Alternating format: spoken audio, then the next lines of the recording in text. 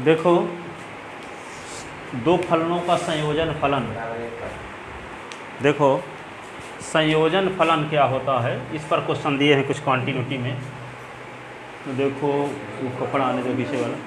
देखो कपड़ा, देखो सुनो अब अच्छे से। दो फलनों का संयोजन फलन क्या होता है?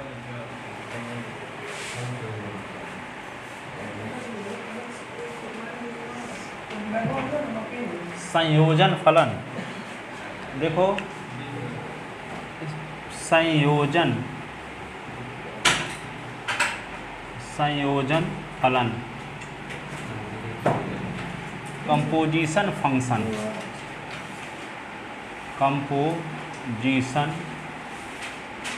फंक्शन, ठीक है।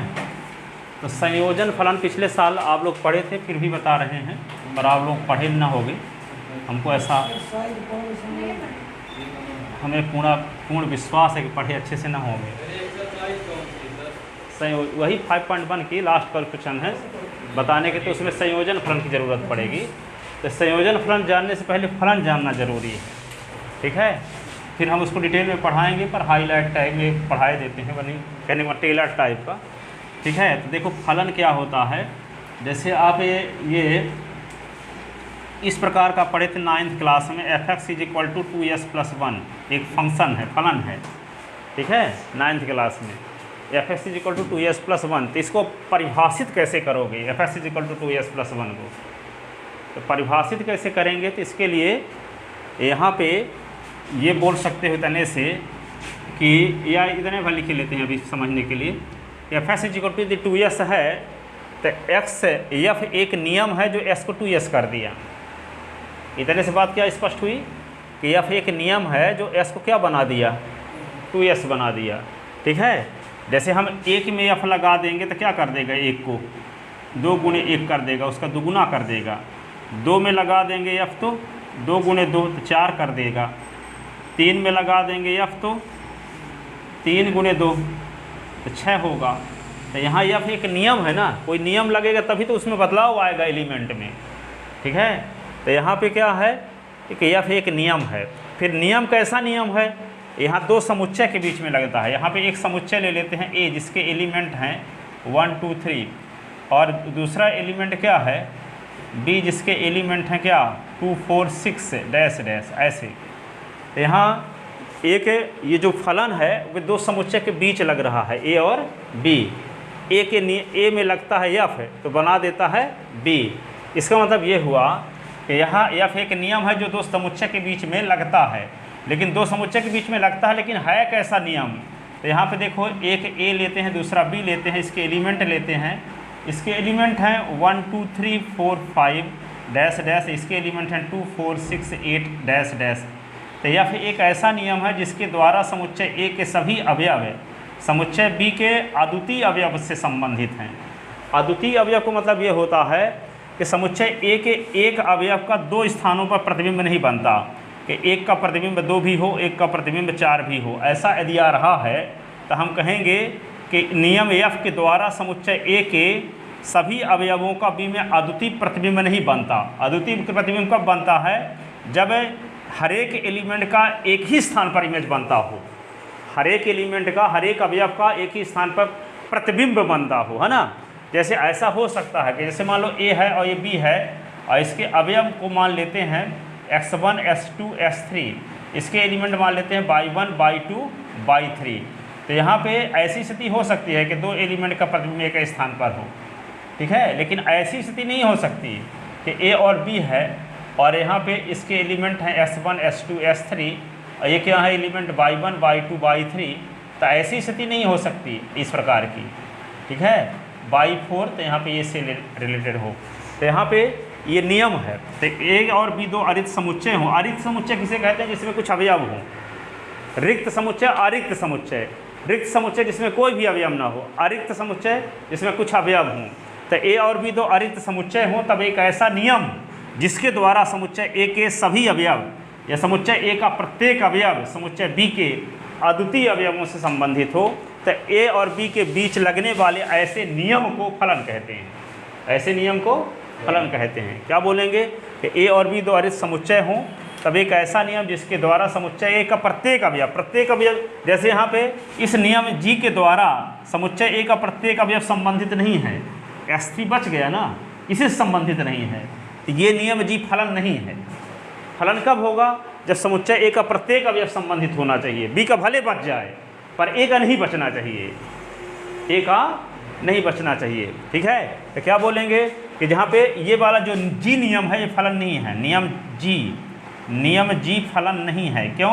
क्योंकि नियम जी के द्वारा समुच्चय ए के सभी अवयव समुच्चय बी के अद्वितीय अवयवों से संबंधित नहीं है, इसलिए ये नियम जी फलन नहीं है। ठीक है, ये नियम यच मान लो, यच नियम फलन नहीं है, क्योंकि समुच्चय ए के सभी अवयव संबंधित तो हैं, लेकिन समुच्चय ए के अवयव x1 का अद्वितीय प्रतिबिंब नहीं बन रहा है, एक अवयव का दो स्थानों पर प्रतिबिंब बन रहा है, एक अवयव का एक ही स्थान पर प्रतिबिंब बनना चाहिए, लेकिन यहाँ एक अवयव का दो स्थानों पर प्रतिबिंब बन रहा है। इसलिए हम ये कहेंगे कि समुच्चय ए के अवयव x1 का समुच्चय बी में अद्वितीय प्रतिबिंब नहीं बन रहा है, जबकि बनना चाहिए अद्वितीय का मतलब केवल एक। ठीक है, बनना चाहिए, इसलिए यहाँ नियम यच भी फलन नहीं है, नियम यच फलन नहीं है। क्यों नहीं है? क्योंकि S1 का एक स्थान पर प्रतिबिंब नहीं बन रहा है, दो स्थानों में प्रतिबिंब बन रहा है, y1 पर भी और y2 पर भी बन रहा है। ठीक है, तो कैसी कंडीशन होनी चाहिए? जैसे मान लो यहाँ पे ए हम ले लिए और बी ले लिए, इसके एलिमेंट ले लिए A1 A2 A3 A4 A5, इसके एलिमेंट ले लिए क्या? B1 B2 B3 B4 B5 B6 ऐसे।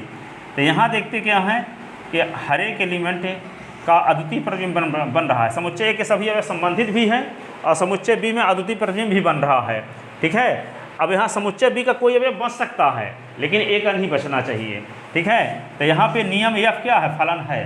यहाँ नियम क्या है? एफ फलन है। तो फलन की परिभाषा क्या हुई कि ए और बी दो अरित समुच्चय हो तब एक ऐसा नियम जिसके द्वारा समुच्चय ए का प्रत्येक अवयव समुच्चय बी के अद्वितीय अवयवों से संबंधित होता ए और बी के बीच लगने वाले ऐसे नियम को क्या बोलते हैं? फलन। ठीक है, अब यह फलन जब हो गया तो समुच्चय ए कहलाता है फलन एफ का डोमेन, और समुच्चय बी कहलाता है फलन एफ का कोडोमेन, और समुच्चय बी के उन अवयवों का समुच्चय जो डोमेन के किसी न किसी अवयव से संबंधित हैं फलन एफ का रेंज कहलाता है।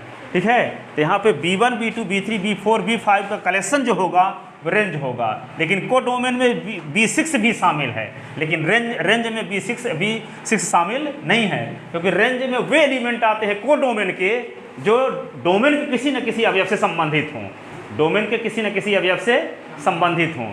तो यहाँ पे B1 B2 B3 B4 B5 तक एलिमेंट संबंधित हैं किसी न किसी एलिमेंट से, लेकिन B6 एलिमेंट डोमेन के किसी एलिमेंट से संबंधित नहीं है, इसलिए रेंज में B6 शामिल नहीं है। ठीक है, तो रेंज क्या कहलाता है? को डोमेन के उन एलिमेंट का कलेक्शन जो डोमेन के किसी न किसी अवयव से संबंधित हों। तो ए और बी दो अरित समुच्चय हों तब एक ऐसा नियम जिसके द्वारा समुच्चय ए के प्रत्येक अवयव समुच्चय बी के अद्वितीय अवयवों से संबंधित हों, तो ए और बी के बीच लगने वाले ऐसे नियम को फलन कहते हैं। और समुच्चय ए फलन एफ का डोमेन कहलाता है, समुच्चय बी फलन एफ का को डोमेन कहलाता है, लेकिन को डोमेन के उन अवयवों का समुच्चय जो डोमेन के किसी न किसी अवयव से संबंधित हो फलन एफ का रेंज कहलाता है, फलन एफ का रेंज कहलाता है। ठीक है, अब यहाँ पे देखो, जब डोमेन के भिन्न भिन्न अवयव को डोमेन के भिन्न भिन्न अवयव से संबंधित रहते हैं तब ऐसे नियम को कहते हैं एकाएकी फलन। क्या कहते हैं?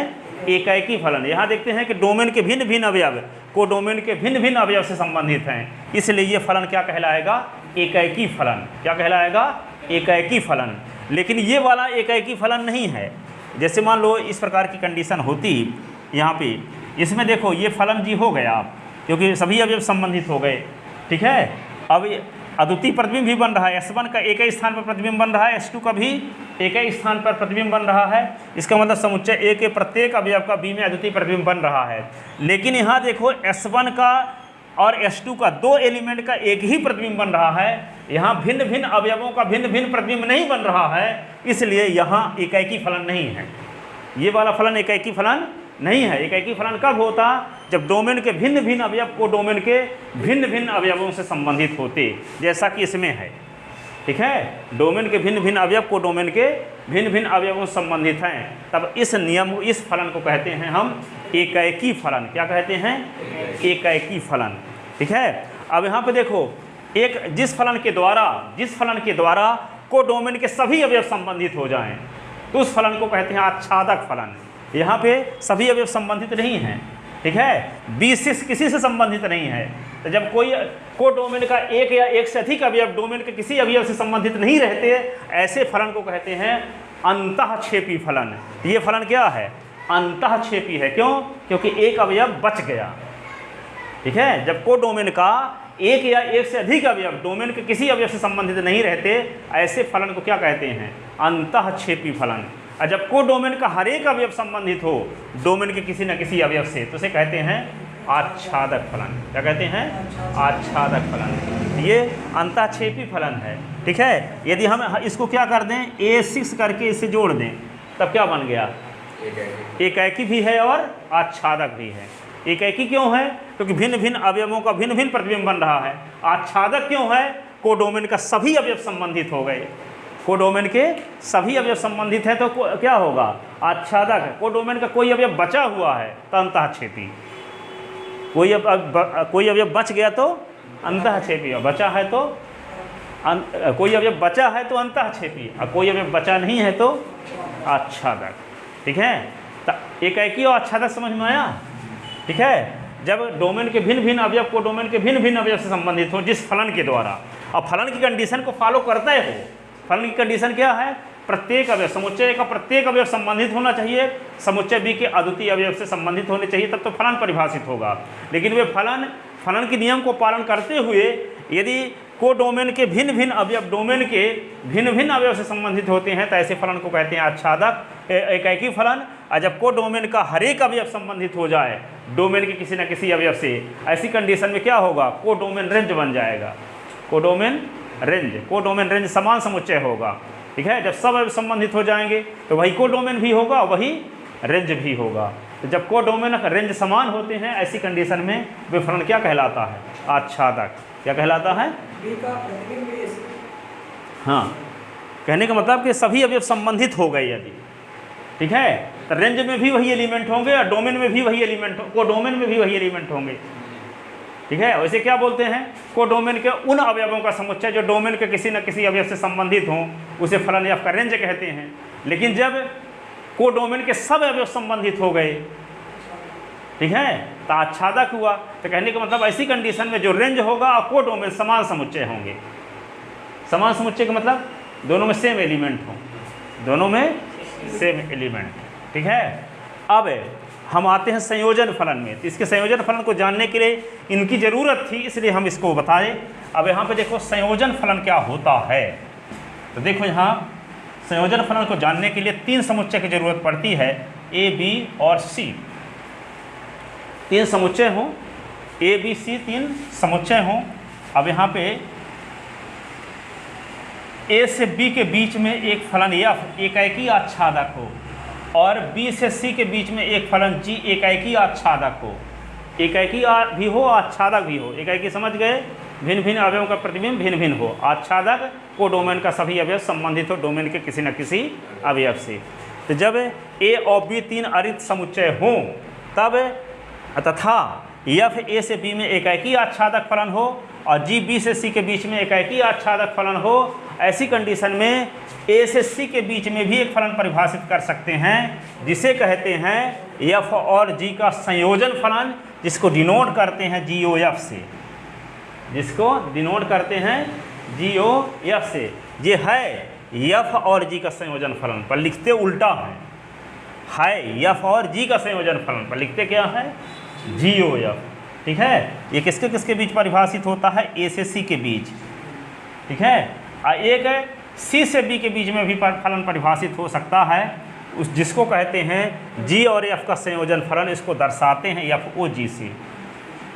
एफ ओ जी से ये डिफाइंड होगा सी से ए के बीच में, सी से ए के बीच में। ठीक है, तो यहाँ पे क्या बोले कि ए बी सी तीन अरिक्त समुच्चय हों और एफ ए से बी के बीच में क्या हो?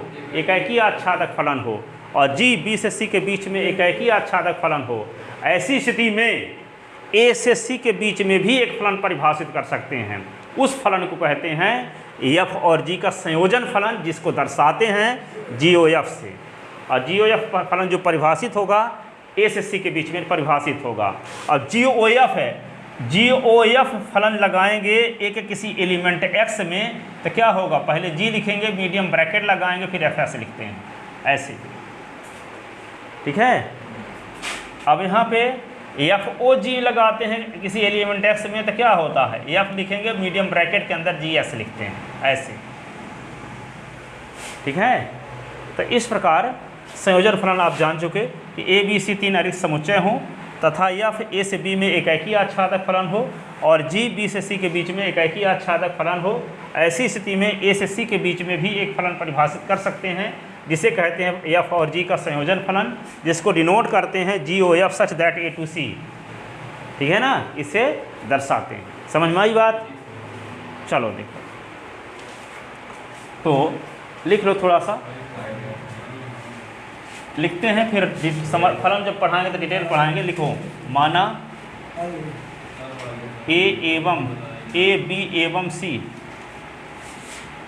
तीन अरिक्त समुच्चय हैं, अरिक्त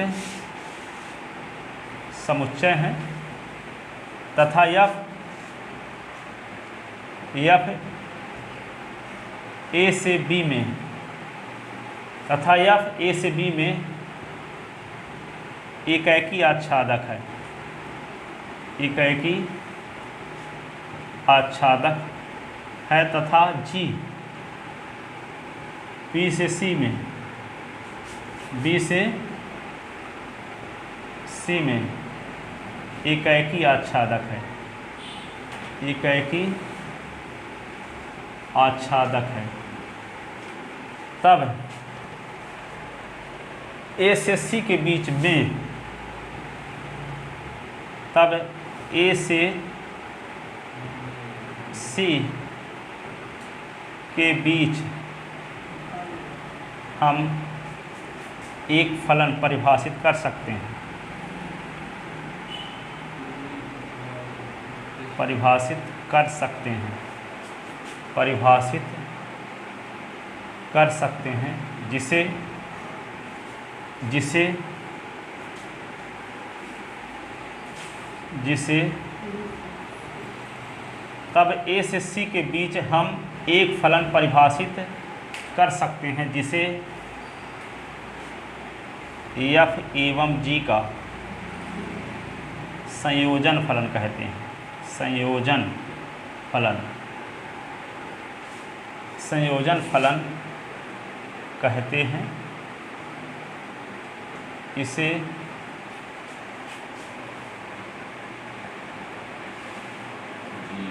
जी ओ f such that A to C से डिनोट करते हैं, दर्शाते हैं। ये चित्र भी बना लेना, ऐसे फलन परिभाषित होगा, इसको कहेंगे f O g such that C to A, g O f such that A to C, ये ए से सी के बीच में परिभाषित हो रहा है और ये सी से ए के बीच में।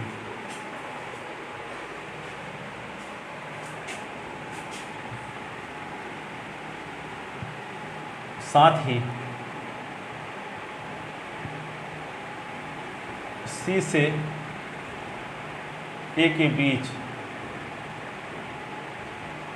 भी, साथ ही सी से ए के बीच भी एक फलन परिभाषित कर सकते हैं। साथ ही सी से ए के बीच भी एक फलन परिभाषित कर सकते हैं, जिसे जिसे जी एवं एफ का संयोजन फलन कहते हैं, संयोजन फलन कहते हैं। इसे f O g such that C to A से डिनोट करते हैं, दर्शाते हैं। ठीक है,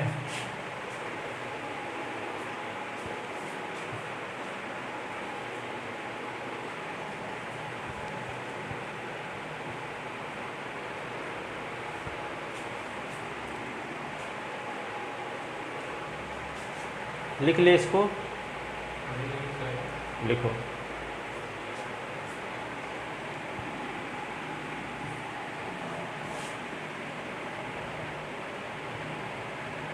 एक क्वेश्चन देखते हैं सिंपल सा समझने के लिए।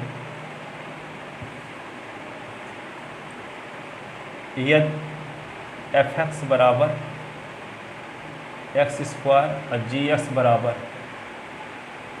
साइन एक्स, तो एफ ओ जी एवं जी ओ एफ ज्ञात कीजिए।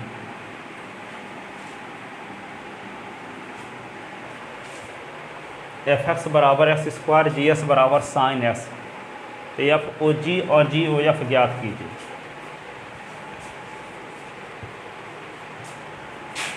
यहाँ लिख लो नोट फर्स्ट, यहाँ पे लिख लेना।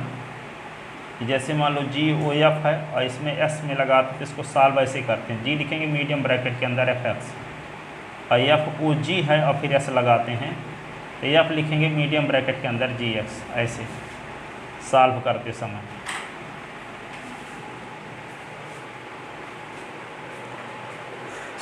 जी ओ एफ एस में लगाते हैं तो जी लिखते हैं फिर मीडियम ब्रैकेट के अंदर एफ एक्स, और एफ ओ जी एस में लगाते हैं तो एफ लिखते हैं मीडियम ब्रैकेट के अंदर जी एक्स।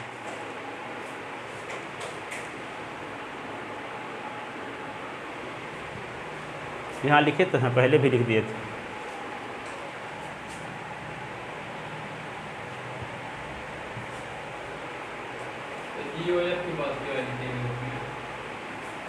ज्ञात कीजिए, ज्ञात कीजिए, फाइंड कीजिए।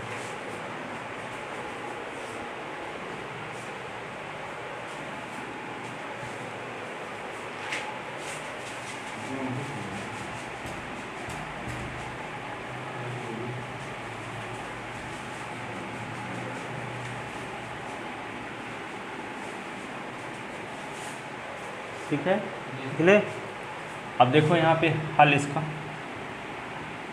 F x is equal to क्या है, x square, g s is equal to है साइन एक्स।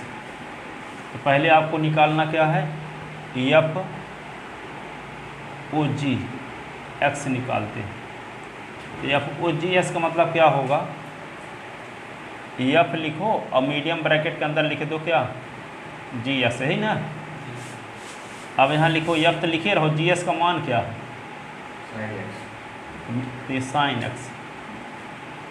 ठीक है, अब देखो यहाँ पे एक्स में एफ लगता है तो क्या कर देता है इसका, एक्स में एफ लगता है तो एस का स्क्वायर कर दिया ना। इस प्रकार से परिभाषित है फलन, तो जिसमें भी लगता है एफ उसको क्या कर देता है, स्क्वायर। तो साइन एस में एफ लगे तो क्या करेगा, साइन एस का होल स्क्वायर, है ना। ये नहीं कि साइन, हाँ साइन स्क्वायर एस भी बोल सकते हो उसको, क्या लिख सकते हो, साइन स्क्वायर एस है। इसी को हम क्या कर दोगे, साइन एक्स का स्क्वायर कर दोगे। इसी को लिखते हैं क्या, साइन एक्स साइन एक्स, और इसी को क्या लिख देते हैं, साइन स्क्वायर एक्स। ठीक है ना, साइन स्क्वायर एक्स। तो ये आ गया किसकी वैल्यू, एफ ओ जी एस की वैल्यू आ गई। ठीक है, अब क्या निकालोगे, जी ओ एफ एक्स की वैल्यू। तो क्या करेंगे, जी लिखेंगे पहले, अब मीडियम ब्रैकेट के अंदर एफ एक्स लिखेंगे। अब एफ एक्स का मान आपको पता है एक्स स्क्वायर, तो पहले जी लिखो यहाँ पे एक्स स्क्वायर। और जी का काम क्या है, जी का काम ये है कि जिसमें लगेगा जी उसके पहले साइन लगा देगा, यही ना है। एक्स में लगा जी, तो क्वेश्चन में ऐसे परिभाषित ना है कि एस में लगा एफ तो एस का स्क्वायर कर दिया, और एस में लगा जी तो जी का काम क्या है, जिसमें लगेगा उसके पहले साइन लगाएगा। एफ का काम क्या है, जिसमें लगेगा उसका स्क्वायर करेगा। इस प्रकार से यहाँ क्वेश्चन में एफ जी परिभाषित हैं इस सवाल में। ये नहीं कि हमेशा हर एक होता है, कि यहाँ पे जी का मतलब यही होगा कि जिसमें लगे उसके पहले साइन लगा देगा, वो तो क्वेश्चन पर डिपेंड करेगा। इस क्वेश्चन की हम बात कर रहे हैं। तो यहाँ पे देखो, तो यहाँ एफ एस के स्थान पे क्या लिख दिए हम, एक्स स्क्वायर। अब जी का काम क्या है, जिसमें लगेगा उसके पहले साइन लगाएगा। तो एक्स स्क्वायर में लगे तो क्या करेगा, साइन एक्स स्क्वायर करेगा। साइन स्क्वायर ऐसे नहीं, साइन एक्स स्क्वायर करेगा, साइन एक्स स्क्वायर करेगा। और यहाँ साइन स्क्वायर एस है, यहाँ साइन एक्स स्क्वायर, दोनों समान हैं नहीं है। इसका मतलब एफ ओ जी या जी ओ एफ हमेशा बराबर नहीं होते। ठीक है, यहाँ लिख लो एक, इसको लिख लो ये इसकी वैल्यू है जी ओ एफ एस की, और ये हो गया 2। तो ये तो साइन स्क्वायर एस है, ये क्या है, साइन एक्स स्क्वायर है। ठीक है, कहाँ पे, यहाँ साइन स्क्वायर एक्स में स्क्वायर क्यों नहीं लगाए। हाँ, ये एक्स में लगता है एफ है, तो एफ का काम क्या है, यहाँ उसको स्क्वायर बनाना। तो साइन एस में लग गए एफ, एफ की परिभाषा से, इस सवाल में जो परिभाषित है एफ। तो क्या लिखोगे यहाँ पे, 1 व 2 से क्या मिला, 1 व 2 से मिल गया F O G is not equal to, F O G X is not equal to G O F X है। एक्स दोनों साइड का हटा दो, तो F O G is not equal to G O F. F और G का संयोजन जी और एफ के संयोजन के बराबर हमेशा नहीं होता। ठीक है, संयोजन फलन को कुछ राइटर प्रोडक्ट फलन भी कहते हैं, गुणनफल फलन। एफ और जी का गुणनफल, जी और एफ का गुणनफल, पर सही नाम क्या है, संयोजन, एफ और जी का संयोजन।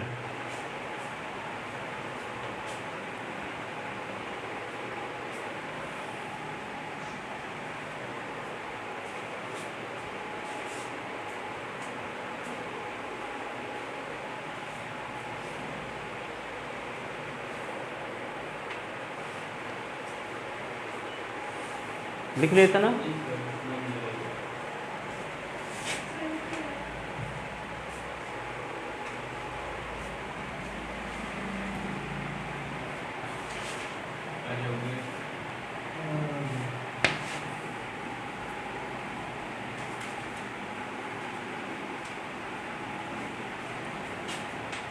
ये देखो नोट लिख लो थोड़ा सा, आगे वाले क्वेश्चन की जरूरत है। मापांक फलन, मापांक फलन सदैव सतत फलन होता है।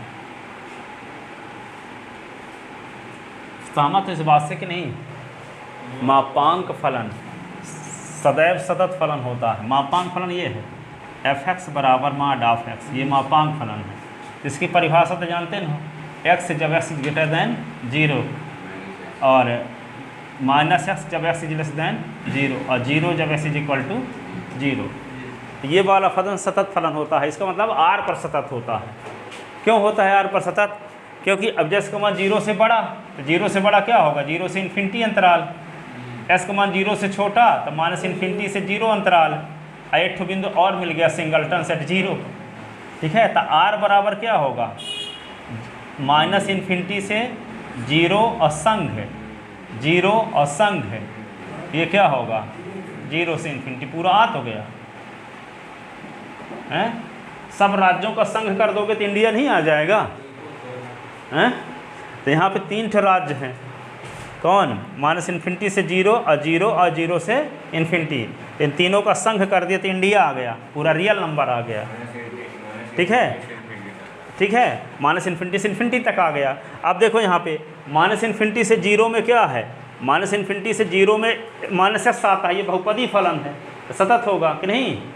और यहाँ पे 0 से इन्फिनिटी की बात करें तब भी बहुपदी फलन है। और 0 पर left hand limit right hand limit निकालेंगे और 0 पर फलन का मान तो तीनों बराबर आता है। इसका मतलब क्या हुआ, मॉडुलस फलन या मापांक फलन सदैव क्या होता है, सतत होता है। पीछे क्वेश्चन करवा चुके हैं। ठीक है, तो इसको एक लाइन में बोलना है तो कैसे बोलोगे, मापांक फलन आर पर सतत होता है। हाँ, थ्योरम है ना, यही क्वेश्चन इस प्रकार से पूछा जा सकता है, यही क्वेश्चन इस प्रकार से पूछा जा सकता है कि मापांक फलन सदैव सतत फलन होता है, सिद्ध कीजिए। तो सिद्ध इसी को करोगे, ठीक है ना। आप क्या करोगे?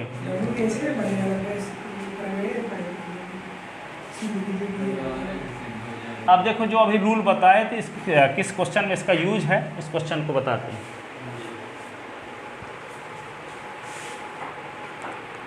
तो देखो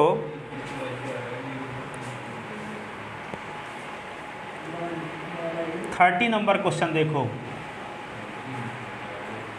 दर्शाइए कि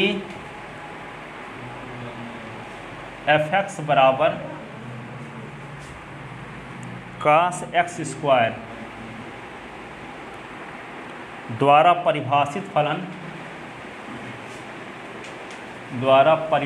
फलन एक सतत फलन है, एक सतत फलन है, एक सतत फलन है, ठीक है। अब देखो यहाँ पे माना f(x) बराबर x स्क्वायर और g(s) बराबर cos x, दो फलन मानते हैं, दोनों को मिला देंगे तो cos x स्क्वायर बन जाएगा। कैसे बनेगा देखो, एक को हम s स्क्वायर माने हैं, दूसरे को क्या माने हैं? नहीं, का f(x) = s स्क्वायर माने हैं, g(s) = cos s माने हैं। अब देखो दो चीज़ें निकाल के देखते हैं, एक FOG और एक GOF, ठीक है। तो FOG जब निकालोगे तो क्या होगा, इन दो में से क्या करने पर ये आने वाला है देखते हैं थोड़ा सा रफ कार में, है ना। तो FOG निकालते हैं तो क्या करते हैं, F का क्या मतलब होता है, F मीडियम ब्रैकेट के अंदर GS, ऐसे ना। तो F लिखो, GS की वैल्यू क्या है, GS की वैल्यू cos x। अब यहाँ पे F का काम क्या है, जिसमें लगता है उसको स्क्वायर करता है, ये cos x का स्क्वायर आएगा, तो ये इसके बराबर नहीं आ रहा। अब इसको करते हैं GOF(x), इसका मतलब G लिखोगे मीडियम ब्रैकेट के अंदर f(x), यही ना। अब f(x) को लिख दो, f(x) के स्थान पे क्या है, G लिखो, f(x) के स्थान पे s स्क्वायर लिख दो। अब G का काम क्या है, जिसमें लगता है उसके पहले कास लगा देता है, जिसमें लगता है उसके पहले कास लगा देता है। तो x स्क्वायर में जब G लगेगा, जैसे s में G लगा तो s के पहले कास लगा दिया ना, 15 में लगेगा G तो क्या करेगा, कास 15 बना देगा। 30 में लगेगा G तो क्या करेगा, कास 30 बना देगा। तो x स्क्वायर में लगेगा G तो क्या कर देगा, कास x स्क्वायर नहीं कर देगा।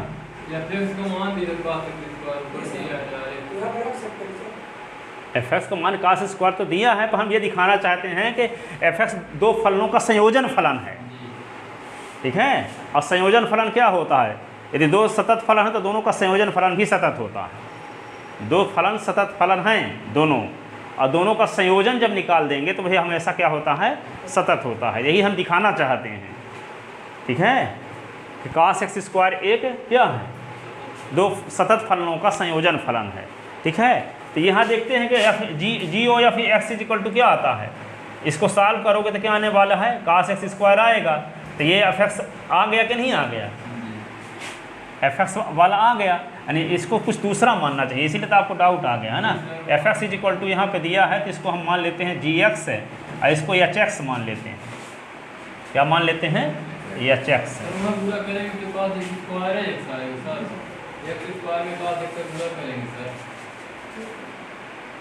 कहाँ में, हाँ हाँ, तो देखो यहाँ पे GOH निकालते हैं तो क्या आएगा, GOHX है, निकालोगे HOGS निकालोगे, दो में से एक आ जाएगा। तो देखते हैं कौन आता है, इसको लिखोगे G और मीडियम ब्रैकेट के अंदर HX, ठीक है। तो G लिखोगे, HS की वैल्यू क्या है, cos x। तो यहाँ तो आने वाला नहीं है ना, पर इससे आएगा। तो इसमें क्या लिखोगे, HOGX है, इसको लिखोगे H, मीडियम ब्रैकेट के अंदर लिखोगे GX है, और GS की वैल्यू क्या है, सुनो, GS की वैल्यू क्या है, एक्स स्क्वायर, ठीक है। अब एक्स स्क्वायर में एच लगाएंगे तो क्या करेगा, कॉस एक्स स्क्वायर करेगा, तो ये क्या आ गया, एफ एक्स नहीं आ गया।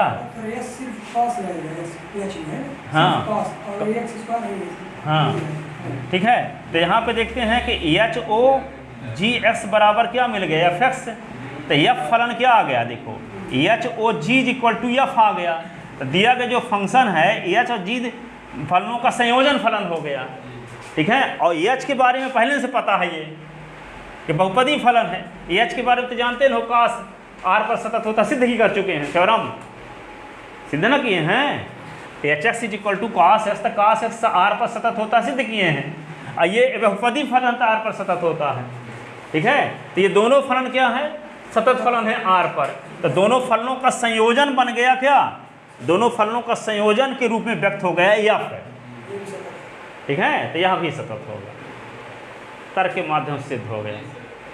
एफ व्यक्त हो गया दो फलनों के संयोजन फलन के रूप में, लेकिन दो सतत फलन का संयोजन फलन हमेशा सतत फलन होता है, ठीक है। सर जो आप वहाँ माने सर f(x) बराबर x स्क्वायर dx बराबर सर, हाँ, और यहाँ x बराबर cos x माने, कहीं उल्टा पुल्टा मार देते क्या होगा, है ना। नहीं सर, मतलब कि अगर हम इसका दोनों गुणा करते हैं सर, हाँ, cos x की घात 3 न बन जाएगा। दोनों का गुणा कहाँ करोगे, यहाँ गुणन फल और संयोजन में अंतर है। ये नहीं है कि जी एस का गुणा कर दोगे एच एस के साथ तो ये आ जाएगा, एक्स स्क्वायर कास एक्स आएगा, ऐसे ना आएगा वैसे। लेकिन हम अगर cos x स्क्वायर उसी को दो पार्ट में तोड़ना है सर। हाँ, इसमें वैसे एक कोसाइन फलन है, एक स्क्वायर वाला फलन है। तो एक तो मान लिए जी एस को एक्स स्क्वायर और एच एस को मान लिया कास, तो इसको संयोजन फलन के रूप में व्यक्त हो जाता। तो देखो यहाँ पे लिखते हैं, अब यहाँ पे उल्टा पुल्टा लिख सकते हो। जैसे मान लो यहाँ पे क्या है, जी एस बराबर एस स्क्वायर मानते एच एस से हम मान लिए, कहीं मान लो धोखे से। डाउट ये हो रहा है सर, हाँ, कि जो एक्स स्क्वायर है उधर cos x है, अगर तो हम दोनों गुणा करते हैं तो cos x की घात 3 बना देगा। ऐसी घात 3 बना कैसे बना देगा, गुणा करो कैसे, आपके आगे दिखाओ कैसे बनाओगे ऐसी घात 3। वही सब दिक्कत कर रहा हूँ। नहीं, कहाँ गुणा कैसे करोगे आप बताओ। तो ऐसी घात 3 जैसे जैसे आप सोचते हो कि आ जाएगा, कहाँ आएगा। यहाँ पे एक्स स्क्वायर आप ये सोचते हो कि एच एक्स है और यहाँ पे जी एक्स है, तो ये क्या है कास एक्स है, और ये एक्स स्क्वायर तो ये कास एक्स क्यूब बना देगा, ऐसा कहते हो हैं। तो ये क्या कर, कोई यहाँ पे लिखा है साइन 30 है और यहाँ 17 का गुणा कर दोगे तो साइन 17 × 51 510 हो जाएगा क्या, गड़बड़ हो जाएगा। वही सब ये कहाँ का रूल है। यहाँ पे साइन 30 का मान तो 1/2 है और ये 17 तो 17/2 आएगा। ये थोड़ी कि हम 30 अंश वाले का गुणा 17 के साथ कर देंगे, ये तो कोण है, ये संख्या है,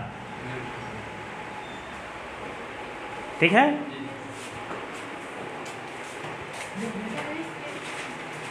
तभी इसको थोड़ा सा व्यवस्थित लिखते हैं ना। अभी तो हम आपको समझाए, उसको नियम के साथ जो कॉन्सेप्ट बताया उसके साथ जोड़ने की कोशिश किए। एक कोसाइन फलन है, यहाँ एक पॉलिनोमियल फलन है, दो फलन का कंबाइन फॉर्म है, दो फलनों का ये संयोजन है। एक बहुपदी फलन है, एक कोसाइन फलन है, ठीक है। तो दोनों को अलग अलग मानना पड़ रहा है हमको, ठीक है। एफ एक्स तो मान ही चुके हैं, तो एफ एक्स के अलावा दूसरा फलन मानना पड़ेगा हमको। एक क्या मानेंगे जी एस, एक को मानेंगे एच, किसी को कुछ भी मान सकते हो। एक है बहुपदी फलन, एक होना चाहिए कोसाइन फलन, ठीक है। अब किसी को हम मान लेते हैं, माना जी एस बराबर क्या मान लिए एक्स स्क्वायर, और एच एस बराबर क्या मान लिए कोसाइन फलन कास एक्स, कास एक्स। अब हम किस पर विचार करते हैं, एच ओ जी एक्स पर विचार करते हैं। तो एच यहाँ पे क्या होगा जी एक्स, तो यहाँ पे एच लिखो, जी एस की वैल्यू आपको पता ही है एक्स स्क्वायर। अब एक्स स्क्वायर में एच जब लगाएंगे तो एच का काम क्या है, जिसमें लगाते हैं उसके पहले कास लगा देता है। एच का काम क्या है, जिसमें भी एच लगाएंगे उसके पहले कास कर देगा, ठीक है। तो एक्स स्क्वायर के पहले जब एच लगाएंगे तो कास एक्स स्क्वायर कर देगा, क्या कर देगा कास एक्स स्क्वायर कर देगा, ठीक है। और कास एक्स स्क्वायर किसकी वैल्यू है, एफ एक्स की वैल्यू है। इसका मतलब हम इसका जो मान निकाल रहे थे इसके बराबर आ गया, एफ एक्स के बराबर। इसको हम ऐसे लिख सकते हैं एच ओ जी एक्स बराबर क्या एफ एक्स है। इसका मतलब क्या हुआ, h o g equal to आ गया एफ है, तो एफ व्यक्त हो गया दो फलनों के संयोजन फलन के रूप में। दो फलनों का संयोजन आ गया, और जिन फलनों का संयोजन आया है वो दोनों फलन अलग अलग है, आर पर सतत हैं। क्यों? क्योंकि ये फलन आर पर सतत क्यों है? क्योंकि ये बहुपदी फलन है। ये फलन आर पर सतत क्यों है? कोसाइन फलन है। और हम सिद्ध कर चुके हैं कोसाइन फलन भी आर पर सतत होता है और बहुपदी फलन भी आर पर सतत होता है। तो जब यह व्यक्त हो गया दो सतत फलनों के संयोजन फलन के रूप में, तो दो सतत फलन का संयोजन फलन भी सदैव आर पर सतत होता है। इसलिए यह भी क्या हुआ, आर पर सतत, ठीक है, क्योंकि ये दोनों सतत फलन हैं और दोनों का ये संयोजन आ गया, तो दो सतत फलन का संयोजन फलन भी सदैव सतत फलन होता है। इसलिए यह होगा सतत फलन, प्रूव हो गया, ठीक है। इस प्रकार यफ जी व एच का संयोजन फलन हुआ, जी और एच का संयोजन फलन हुआ। किंतु हम जानते हैं, किंतु लिखो, किंतु जी एस बराबर एक्स स्क्वायर एक बहुपदी फलन होने की वजह से, एक बहुपदी फलन होने की वजह से आर पर सतत है, और h x is equal to cos x, अर्थात कोसाइन फलन आर पर, कोसाइन फलन आर पर सतत होता है। साथ ही हम जानते हैं कि दो सतत फलन का संयोजन फलन, दो सतत फलन का संयोजन फलन सदैव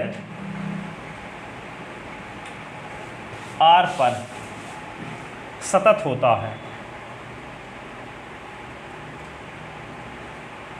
ठीक है। इसलिए एच ओ